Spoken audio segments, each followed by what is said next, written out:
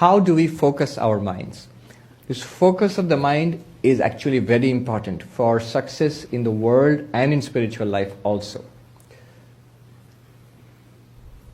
Swami Vivekananda said, the difference between an ordinary person and a great person lies in the degree of concentration.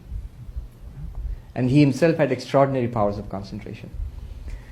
So focus of the mind is necessary for anything and everything in life. Now, the yogic approach, the Raja Yoga or Patanjali Yoga approach, that is the science of concentration par excellence. In fact, in modern positive psychology, they have studied this focus of mind and concentration. One psychologist said that the quality of your life depends on how much you can concentrate and what you concentrate on. Not just how much you can concentrate, what you concentrate on.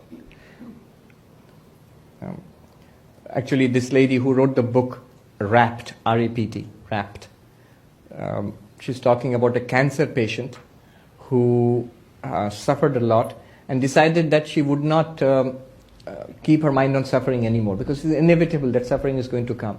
Rather, she's going to devote her mind to her art or writing, I think. And as she learned to do that, she found the quality of her life became better. In fact, subjectively, she was happier than before cancer.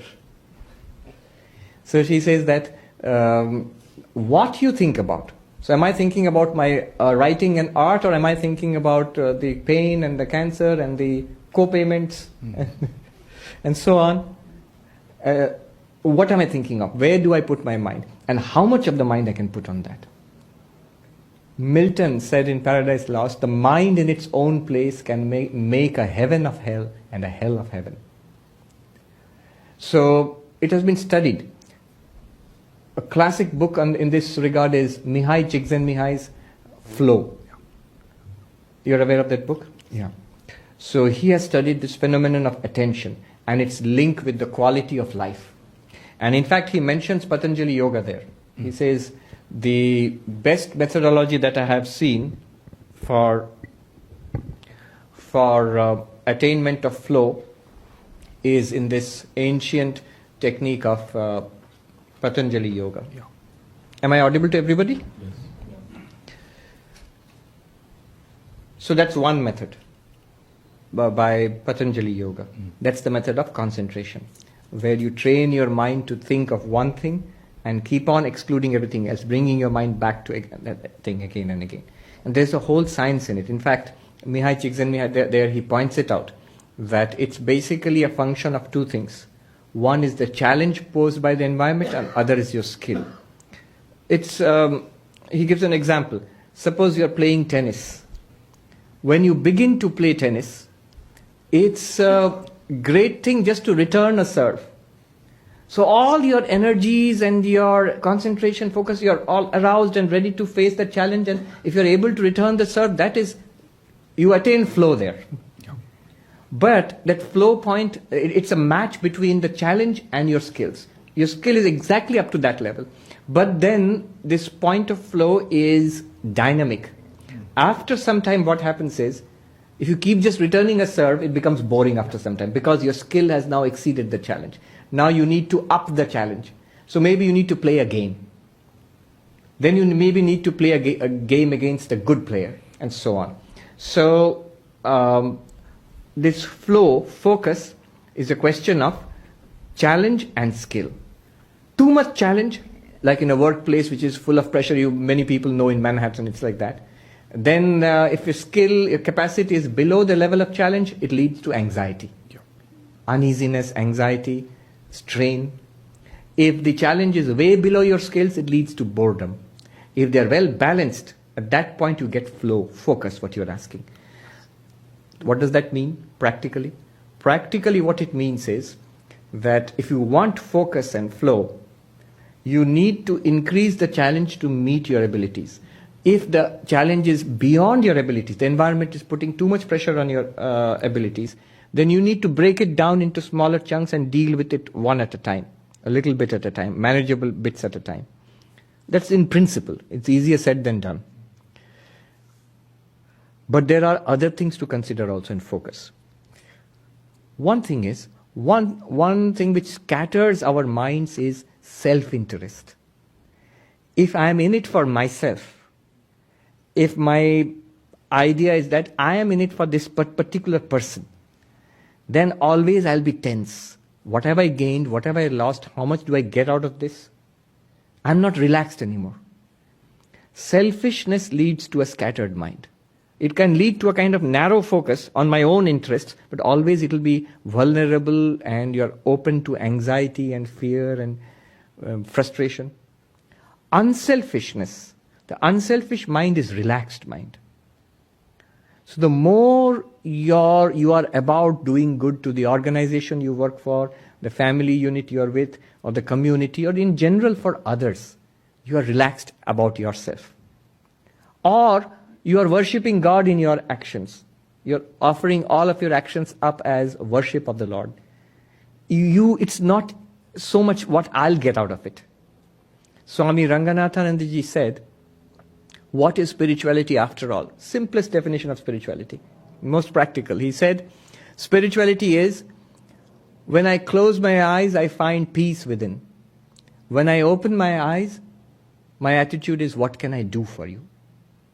With eyes open, what can I do for you? Here is the world, what can I give, what can I do? And when I close my eyes, there is peace within. Our problem is just the opposite. That Swami, when I close my eyes, all sorts of disturbance within. All sorts of thoughts, restlessness within. And when I open my eyes, not what I can do for you, what can I get from you? So this is just the opposite of spirituality. This is worldliness. So, unselfishness. To the extent that we can be unselfish, to that extent mind will be relaxed and better focused. The focus which comes out of selfishness is a narrow band focus, which leads to unpleasantness and tension and frustration. Another insight. Love leads to focus. So what I love, my mind automatically is drawn to that and easily focused, without all sorts of techniques. You don't have to do this breathing technique, this thing and that thing. It automatically leads to focus there. So for example, a mother in a house looking after the young child, right? So because the mother loves the child, because the mother loves the child, all activities are done. She's cleaning, cooking, taking care of the child's homework, getting ready to take the child to school, and so on. All of that is being done, and yet the mind is focused on the child and the needs of the child, right? So love leads to focus. Bhakti, devotion to God, leads to focus automatically and easily, without effort, effortlessly so.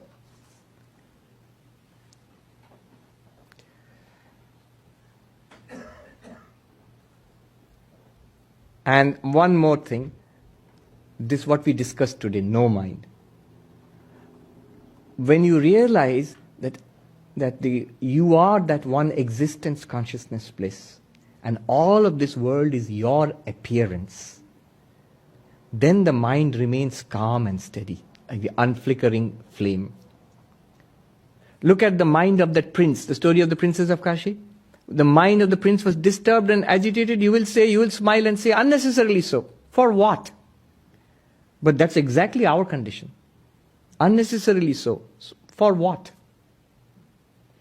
One Swami put it very funnily. He said, before we come to Advaita, our reaction to the world is, what?